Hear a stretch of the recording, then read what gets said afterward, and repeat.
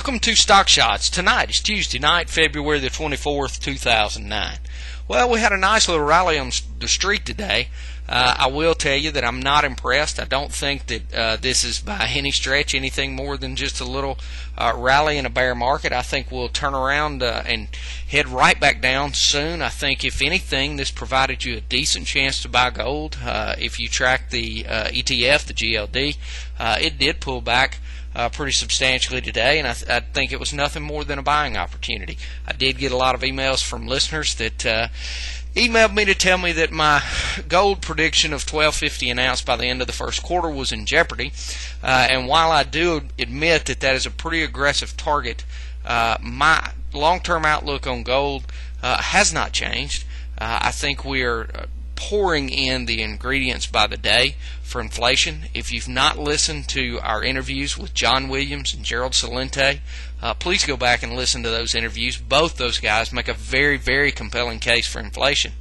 When I look at today's action, I see a bunch of short covering, and quite honestly, I see some shorts who did not want to go into the State of the Union address tonight short after they've had a nice little run of profits. I would have covered myself. I did take a beating in the SRS. I should not have played it the way I played it today. I broke a couple of rules, but that's a story for another segment. I do still see the SRS as a good play going forward.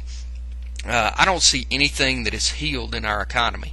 I've been looking. I think we have more job losses to go.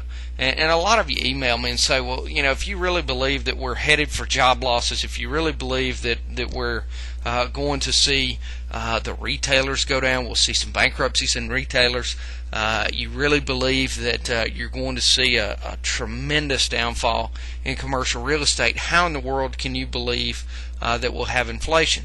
And the answer is simply this.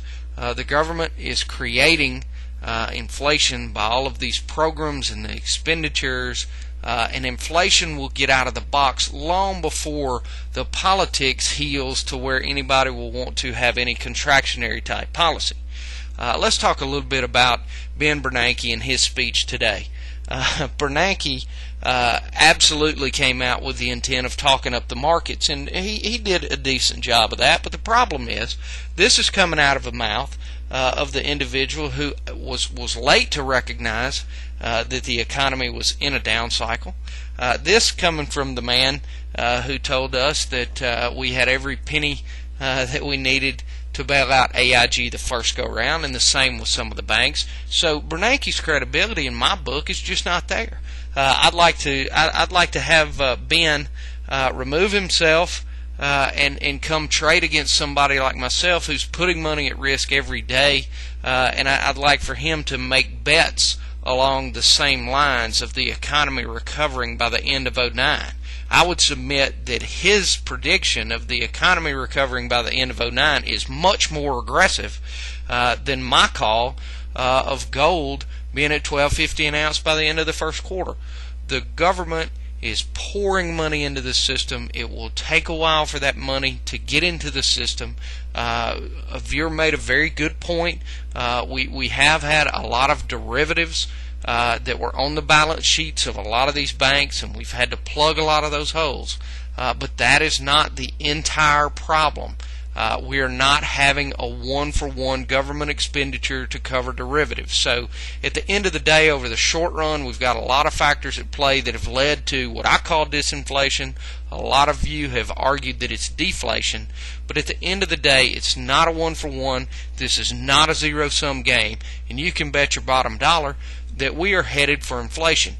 I am preparing myself for hyperinflation.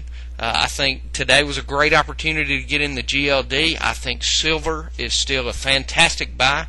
I don't see any stocks that I like. You know, one of the things I do is I go through and I scan charts every night. And I had come up with a new indicator that I was using tonight, and it incorporated the 200-day moving average. And as I went through a lot of stocks, most all of the stocks are substantially below their 200-day moving average. Now, the argument on the value side is, boy, look what a great value that is. Give me a break, people. Look at what's going on in your economy. Look at what we've supposedly done to fix the problem.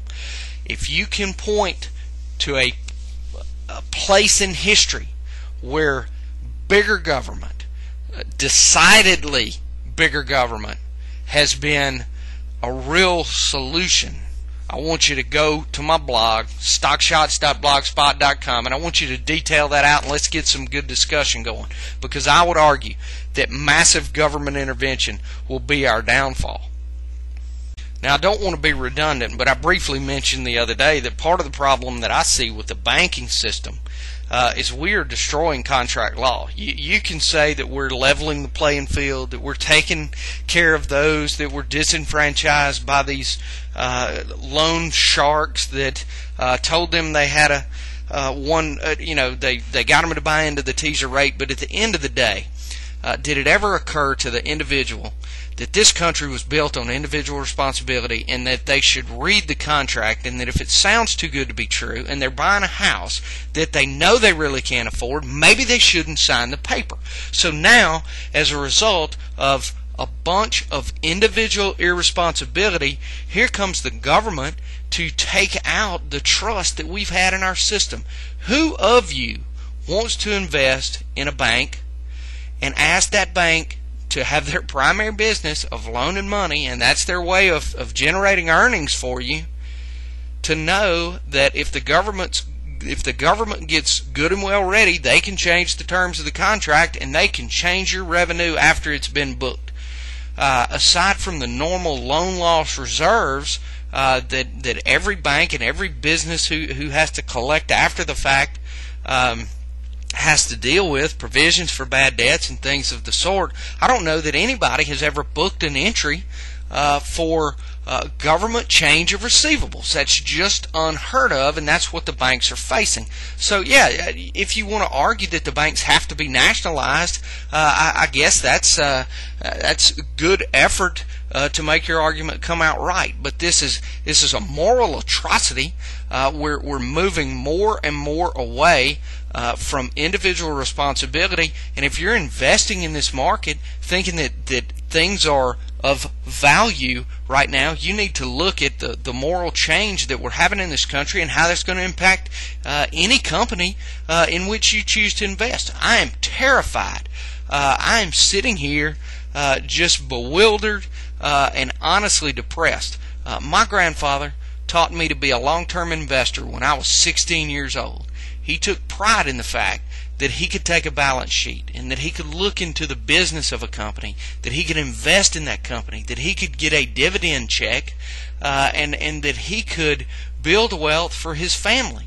And as we see more and more government intervention coming down the line, that is being taken away from us. I cannot take the lessons that my grandfather taught me and apply them in this market. I can't. They won't work. And ladies and gentlemen, this is more than just a normal correction. This has been one of the most difficult markets to navigate in, and quite honestly, the things that my grandfather taught me are gone. Buy and hold investing, even in the steady, safe dividend plays that he used to love to play and used to enjoy and make money, are gone. For the rest of this great interview, visit our website, www.stockshotz.tv. That's www.stockshotz.tv. Thank you for listening.